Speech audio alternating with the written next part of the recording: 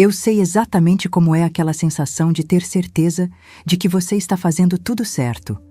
De ajoelhar, fechar os olhos, levantar as mãos e acreditar de verdade que cada palavra que sai da sua boca está perfurando os céus e chegando diretamente ao trono de Deus. Eu sabia como era isso. Durante anos, fui a pessoa que as outras pessoas da minha igreja chamavam quando precisavam de uma oração que funcionasse. Eu era a líder do ministério de intercessão. Eu era a especialista. E foi exatamente por isso que o que Jesus me mostrou naqueles 12 minutos em que eu estive morta me destruiu por dentro antes de me reconstruir completamente. Antes de continuar, preciso te pedir uma coisa bem simples. Escreve aqui nos comentários de qual cidade e de qual país você está me assistindo agora. Isso significa muito para mim. Cada pessoa que responde me lembra que essa mensagem está chegando a lugares que eu nunca imaginei, e é exatamente para isso que fui mandada de volta. Meu nome é Lorraine Ashby. Tenho 46 anos e moro em Spokane, no estado de Washington, nos Estados Unidos. Sou casada com Clifton há 22 anos, tenho 2 filhas adolescentes, e até há pouco tempo atrás eu era coordenadora de um programa de assistência alimentar vinculado à minha igreja, além de liderar o Ministério de Intercessão há mais de uma década. A nossa congregação não era uma das maiores da cidade, mas o nosso grupo de oração era conhecido. As pessoas de fora mandavam pedidos por mensagem, por e-mail, às vezes até por carta. Diziam que confiavam nas nossas orações porque elas chegavam onde precisavam chegar. Eu acreditava nisso. Acreditava de um jeito que hoje me envergonha um pouco, porque não era fé, era orgulho disfarçado de fé. Foi numa quinta-feira comum de novembro que tudo mudou. Eu tinha acabado de sair de uma reunião de planejamento com os voluntários do programa alimentar. Estávamos organizando a distribuição de cestas básicas para o período do Dia de Ação de Graças e a reunião tinha sido tensa. Uma das voluntárias, Priscila, tinha levantado a voz durante a discussão sobre os horários. Eu tinha respondido com frieza, da forma educada e firme que eu chamava de liderança, mas que por dentro era puro julgamento. Saí de lá pensando que Priscila era difícil, que ela sempre complicava, que eu tinha razão e ela estava errada. Peguei meu casaco, atravessei o estacionamento da escola comunitária onde nos reuníamos e senti um aperto no peito. Parei no meio do asfalto. Achei que era o frio. Em Spokane, novembro pode ser brutal e eu tinha esquecido o cachecol dentro. Dei mais 2 passos. O aperto virou uma pressão. E a pressão virou uma dor que irradiou para o meu ombro esquerdo e subiu pelo meu pescoço como se alguém tivesse enfiado um cabo de aço por dentro do meu corpo. Eu não gritei. Não consegui. Meus joelhos dobraram antes mesmo de eu entender o que estava acontecendo, e o asfalto frio veio em minha direção com uma velocidade que não parecia real. Escutei o som das minhas chaves batendo no chão uma fração de segundo antes de escutar mais nada. Depois disso, silêncio. Não foi um silêncio assustador. Não havia escuridão, não havia dor, não havia aquela sensação de afogamento que eu esperaria de algo assim. Foi como se um interruptor tivesse sido desligado com suavidade, e de repente eu estava em outro lugar, olhando para baixo, vendo o meu próprio corpo deitado no asfalto com o cabelo castanho espalhado ao redor da cabeça como uma auréola torta. Eu me vi e não senti pânico. Senti uma calma que não consigo descrever com palavras normais porque não existe palavra em nenhuma língua humana que capture aquilo com precisão. Era uma calma que pesava, que tinha textura, como se o próprio ar em volta de mim fosse feito de algo mais denso e mais vivo do que qualquer coisa que eu já tinha respirado enquanto estava dentro do meu corpo. Vi Priscila saindo da escola 1 minuto depois. Vi o exato momento em que ela me viu no chão. Vi ela largar a bolsa, cair de joelhos ao meu lado e começar a sacudir meu ombro. Vi ela gritar por socorro. Vi outras pessoas saindo correndo do estacionamento. Vi um homem de blusa vermelha tirar o casaco e dobrar debaixo da minha cabeça enquanto o outro já estava no telefone. Era estranho observar tudo aquilo com tanta paz. Não havia urgência no meu ser espiritual. Havia apenas observação. como se eu estivesse assistindo a um filme sobre a minha própria vida de uma poltrona muito confortável. E então, a cena do estacionamento começou a se afastar. Não como se eu estivesse subindo no sentido físico, mas como se a realidade daquele lugar fosse perdendo o foco, ficando embaçada, enquanto outra realidade ia ganhando nitidez ao redor de mim. A transição não foi para cima nem para baixo, foi para dentro, como se eu tivesse atravessado uma membrana invisível que separava o que eu conhecia de tudo o que nunca imaginei. O lugar onde me encontrei era vasto. E quando digo vasto, não estou falando de tamanho. Estou falando de uma dimensão de existência que simplesmente não cabe nos limites do que os nossos olhos estão acostumados a processar. Havia luz, mas não era a luz do sol.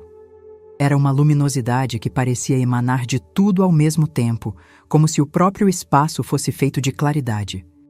E havia silêncio, mas não o silêncio vazio. Era um silêncio vivo, pulsante, como a pausa antes de uma orquestra inteira atacar a primeira nota. Eu estava de pé, ou pelo menos era assim que sentia. Meu ser espiritual tinha a percepção de posição, de orientação, mas sem peso, sem cansaço, sem aquela tensão constante que o corpo carrega sem avisar. E então eu vi o corredor. Não era um corredor de paredes e teto. Era mais como uma extensão de espaço que se organizava numa direção, criando a percepção de profundidade e de distância. E nesse corredor havia algo que gelou o meu ser espiritual de uma forma que contrastava completamente com aquela paz que eu tinha sentido até então. Havia orações paradas. Eu sei que isso soa estranho, mas é a única forma que encontrei de descrever o que via. Eram formas luminosas, cada uma com uma cor ligeiramente diferente, e estavam suspensas no ar daquele corredor como cartas empilhadas dentro de uma caixa que nunca chegou ao destinatário. Algumas brilhavam com uma intensidade que parecia latente, como brasa que ainda tem calor, mas não tem mais chama. Outras eram quase transparentes, opacas pelo tempo, como se tivessem esperado tanto que tinham começado a se dissolver. E enquanto eu ficava olhando para aquelas formas suspensas, uma compreensão começou a pousar sobre mim. Não foi uma voz naquele momento. Foi um entendimento direto, como se a informação simplesmente se tornasse parte do que eu sabia, sem precisar de palavras para se instalar. Aquelas eram orações. Orações reais, pronunciadas por pessoas reais, em genuína intenção espiritual. E estavam ali, paradas, sem ir a lugar nenhum. O meu primeiro instinto foi de confusão. Depois veio algo que eu precisaria chamar de medo, mas que era mais sutil do que medo. Era o reconhecimento de que eu estava prestes a entender algo que ia mudar tudo o que eu achava que sabia. E quando você está prestes a ter uma crença fundamental abalada, o ser humano, mesmo o espiritual, sente aquela contração instintiva de quem não tem certeza se quer continuar olhando. Mas eu continuei olhando, porque naquele lugar não havia como fechar os olhos para a realidade. A transparência era total. Não havia como fingir. Foi então que percebi que algumas daquelas orações suspensas no corredor tinham uma assinatura que eu reconhecia, não como um nome escrito. Era algo mais íntimo do que isso. Era como reconhecer a voz de alguém pela entonação antes de ver o rosto, e as assinaturas que eu reconhecia eram minhas orações. Orações que eu tinha pronunciado em cultos, em vigílias, em quartos fechados com joelhos no chão e lágrimas no rosto. Estavam ali, paradas, no meio do corredor, com aquela opacidade triste de coisa que nunca chegou onde deveria. Eu queria entender. E foi nesse momento, nessa necessidade silenciosa de compreensão, que ele apareceu. Não houve anúncio, não houve flash de luz ou som de trovão. Ele simplesmente estava ali, e a presença dele transformou o ambiente da mesma forma que a chegada do sol transforma uma madrugada. Não de repente, de dentro para fora, como se o lugar inteiro soubesse que ele estava ali e respondesse a isso de forma natural. Jesus não era o que eu tinha na cabeça. Não era a imagem dos quadros que ficavam pendurados no corredor da minha igreja. Aquele homem de olhos claros e cabelos ondulados com uma expressão de resignação serena. Ele era presença. Luz e peso ao mesmo tempo, amor e autoridade que não eram opostos, mas faces do mesmo ser. Ele me olhou e eu soube que ele me via completamente. Não a versão de Lorraine que eu mostrava nas reuniões. Não a Lorraine que chegava 15 minutos antes para organizar as cadeiras e saía 15 minutos depois para fechar as janelas. Não a Lorraine das orações longas e das frases bonitas que as pessoas anotavam no caderno. A Lorraine inteira. Com as motivações que eu escondia até de mim mesma, com os julgamentos que eu chamava de discernimento, com o orgulho que eu chamava de comprometimento. Lorraine, ele disse, e o meu nome na voz dele tinha um peso que eu não consigo reproduzir. Não era acusação, era reconhecimento. Como quando alguém que te ama te chama pelo nome completo, sem diminutivos, e você sabe que o que vem a seguir é verdade que vai doer, mas que precisa ser dita. Você foi fiel às formas e esqueceu a fonte. Eu não respondi. Não tinha o que dizer. Porque enquanto ele falava, ele estendeu a mão em direção ao corredor, e as formas luminosas que estavam suspensas ali começaram a se aproximar lentamente, como se respondessem à autoridade da sua presença. E então ele me mostrou algo que mudou tudo. Cada oração tinha uma camada visível. Não uma camada física, mas algo como uma intenção que podia ser lida, que tinha cor e textura próprias. Ele pegou uma das minhas, uma oração que eu lembrava bem, uma intercessão longa que eu tinha feito num sábado de manhã por uma jovem da congregação que estava passando por uma crise no casamento. Eu tinha chorado naquela oração. Tinha ficado ali por 40 minutos de joelhos. Tinha saído convicta de que aquilo tinha subido. Mas agora eu podia ver o que estava dentro dela. Por fora, a oração tinha a forma certa, as palavras certas, as referências bíblicas certas. Mas por dentro havia algo que eu não teria nomeado enquanto estava na terra porque nunca me permiti olhar com tanta honestidade. Por dentro daquela oração havia uma comparação. Eu tinha orado pela jovem, sim. Mas enquanto orava, uma parte do meu pensamento estava observando a situação dela a partir de um lugar elevado. O lugar de quem nunca passou por aquilo. De quem tinha construído um casamento sólido e estável. De quem entendia de aliança de uma forma que aquela jovem claramente ainda não entendia. Não era maldade. Nunca foi maldade. Era algo muito mais sutil e muito mais perigoso do que maldade. Era julgamento embrulhado em compaixão. E aquele julgamento agia como um filtro. A oração subia, mas o filtro a retinha. Ela não chegava limpa. Chegava carregada de mim. Lorraine, disse Jesus com uma voz que não tinha impaciência, apenas uma clareza que cortava direto ao ponto. Você falava comigo, mas o seu coração estava voltado para você. Você intercedia pelos outros, mas de um lugar onde ainda se sentia acima deles. A sua oração tinha a linguagem da rendição e o espírito da exigência. E essas duas coisas não podem habitar o mesmo recipiente sem que uma destrua o poder da outra. Ele me mostrou então uma segunda oração. Essa eu reconheci imediatamente porque tinha sido recente. Era uma oração que eu tinha feito pela Priscila, a mesma Priscila que estava de joelhos ao meu lado no asfalto naquele momento. Eu tinha orado por ela algumas semanas antes, porque ela tinha enfrentado uma dificuldade financeira séria depois que o marido ficou desempregado. Eu tinha orado com fervor. Tinha jejuado por ela num dia. Mas agora eu via o que havia dentro dessa oração também. Havia ressentimento. Não de hoje, não de ontem. Era um ressentimento antigo que começou num comentário que Priscila tinha feito 2 anos atrás sobre a forma como eu conduzia as vigílias. Ela tinha dito, numa roda de conversa entre as mulheres, que achava que as vigílias estavam ficando muito longas e que isso estava afastando pessoas mais novas.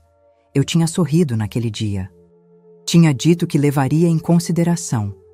E por dentro tinha guardado aquilo num lugar pequeno e escuro, e nunca mais o tinha aberto.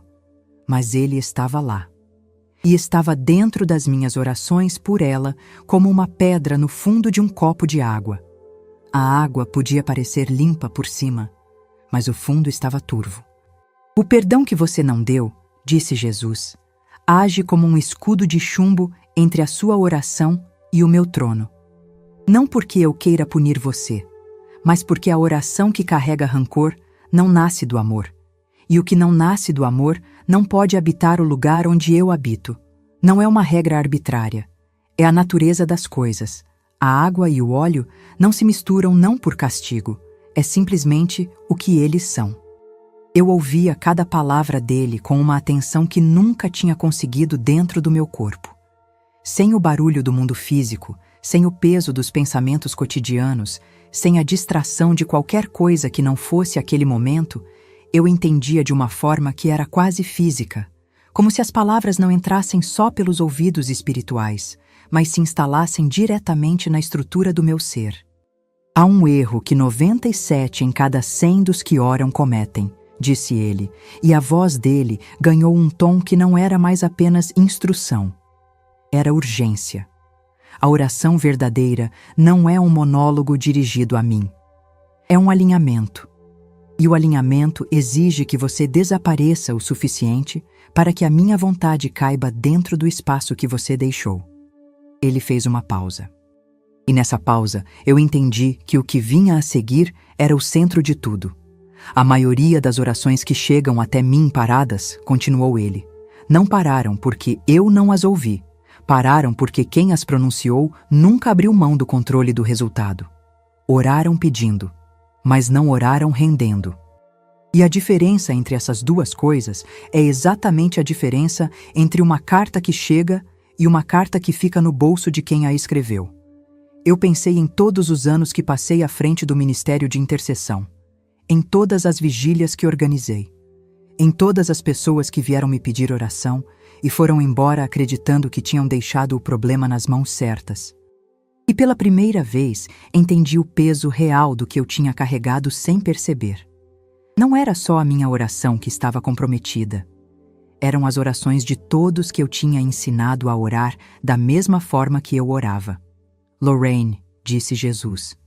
E dessa vez a voz dele tinha algo diferente. Tinha gentileza, mas também tinha determinação. Como a voz de alguém que está prestes a entregar uma responsabilidade. Eu vou te mostrar como a oração que chega realmente funciona. Não para que você guarde isso, para que você entregue. Ele abriu espaço ao redor de nós. Não fisicamente. Era mais como se o campo de visão espiritual se expandisse, e de repente eu podia ver além do corredor das orações paradas. Podia ver ao longe outras formas luminosas, mas essas eram diferentes. Essas se moviam. Subiam com uma leveza que parecia natural, como fumaça que sobe de um fogo bem alimentado, mas sem peso, sem pressa, sem nenhuma resistência. Essas chegam, disse ele simplesmente. Eu quis saber o que as tornava diferentes. E sem precisar perguntar em voz alta, a resposta começou a se revelar. Cada uma dessas orações que chegavam tinha uma característica que eu nunca tinha visto como essencial, porque nunca tinha me ensinado a ver. Elas não tinham a assinatura de quem as pronunciou. Não no sentido em que as minhas tinham. Quero dizer, havia uma identidade, havia um ser humano por trás delas. Mas não havia ego, não havia agenda pessoal escondida. Não havia o peso de quem precisava que Deus fizesse do jeito certo, que era o jeito de quem estava orando. Eram orações que tinham nascido de um lugar de genuína entrega, de pessoas que tinham chegado diante de Deus com a situação aberta nas mãos e tinham dito, com tudo que tinham, não a minha vontade, mas a tua. E tinham dito isso de verdade. Não como frase de encerramento de oração, como postura real de coração. Nas semanas que se seguiram, fiz uma coisa que todo mundo na minha congregação esperava que eu não fosse fazer. Entreguei o ministério de intercessão. Não com drama, não com carta longa, não com reunião de despedida. Fui até a pastora, sentei na cadeira de frente à mesa dela e disse: eu ensinei oração da forma errada por mais de 10 anos. Não tenho mais autoridade para liderar isso até aprender de novo como se faz. Ela me olhou por um tempo. Depois disse que nunca tinha ouvido um líder dizer aquilo. Eu disse que eu também nunca tinha, mas que era a única coisa honesta que eu tinha para oferecer naquele momento. A Priscila foi a primeira pessoa que procurei depois que recebi alta. Não para explicar o que aconteceu no céu. Para pedir desculpa por aquilo que eu tinha guardado 2 anos atrás, num lugar pequeno e escuro e fingido que não estava lá. Ela chorou. Eu chorei. E foi a primeira vez em muito tempo que saí de uma conversa com ela sem sentir aquele peso sutil que eu tinha aprendido a ignorar. Hoje eu oro diferente. Oro mais curto. Oro mais quieta. Oro com as mãos abertas em vez de fechadas.